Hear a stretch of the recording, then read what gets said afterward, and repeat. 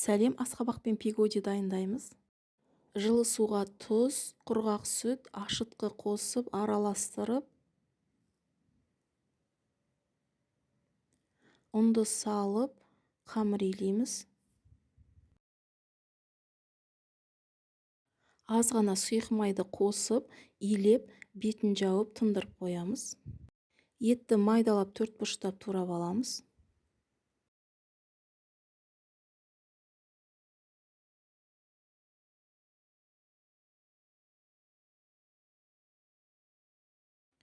Пиязды да көбектеп тураймыз.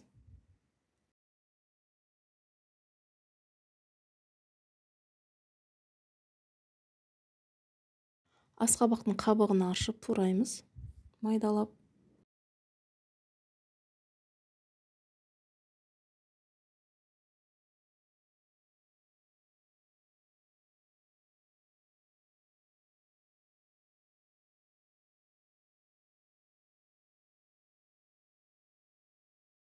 Татымына қарай тұз, қара бұрыш қосып араластырамыз.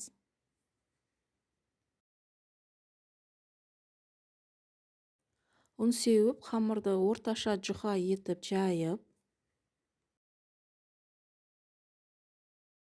сұйық майды құйып, жағып шығамыз. Қамырды орап, майы сіңгенше 5-10 минутқа қойып, бірнеше бөліктерге бөліп, ұн сеуіп жаямыз. Начинкасын салып, пигодиді түйеміз. Мен ортасын кішкене ашық қалдырамын. Өйткені балалар салат салады, соустарды қосып жейді.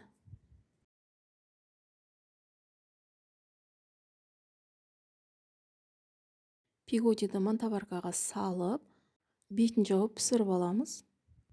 Қамырына май жағылған пигоди қатпарлы, дәмді болады. Жасап көріңіз, ас болсын.